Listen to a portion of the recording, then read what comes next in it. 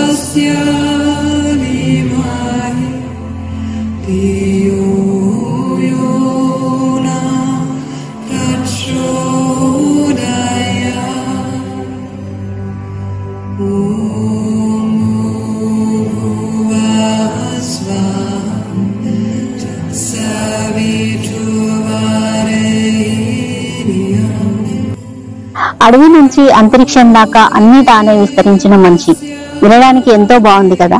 కానీ అదే మనిషి మళ్లీ మూలాలు వెతుక్కుంటూ ప్రకృతి ఒడిని ఆశ్రయిస్తున్నాడు. వయసుతో సంబంధం లేకుండా వచ్చే రోగాలు, మానసిక ఒత్తిడి, అస్తవ్యస్తమైన జీవన శైలి, రోజుకో రకంగా పుట్టుకొచ్చే వైరస్లు, హాస్పిటల్ అంటేనే అమ్మో అనే పరిస్థితి. ఇలాంటి పరిస్థితుల్లో మళ్లీ అమ్మఒడి లాంటి ప్రకృతి వైద్యాన్ని ఆశ్రయిస్తున్నారు. ఆరోగ్యమే మహాభాగ్యం, కానీ ఆహారమే ఔషధం, వంటిల్లే వైద్యశాల, అమ్మను మించిన వైద్యుడు లేడు అంటే నమ్మలేకపోతున్నారు కదా.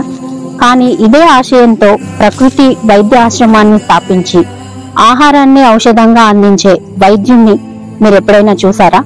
గత 25 సంవత్సరాలుగా వైద్యాన్ని యజ్ఞంలా నిర్వహించే మహర్షిని మీరు ఎప్పుడైనా చూసారా?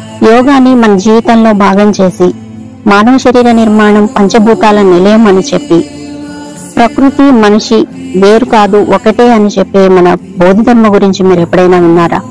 ఆయన మరెవరూ కాదు, సిద్ధార్థ వైద్య ఆశ్రమ స్థాపకులు, వైద్యులు, డాక్టర్ అబ్దుల్ కలాం అవార్డు గ్రహీత, ఏ లవింగ్ చరకాగా కీర్తించబడుతున్న డాక్టర్ రామచంద్రరావు గారు.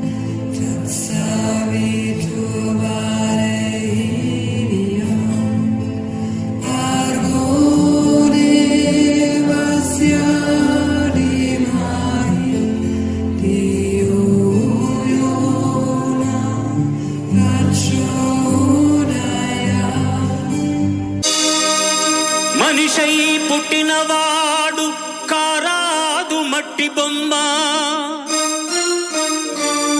పట్టుదలే ఉంటే కాగలడు మరో బ్రహ్మ.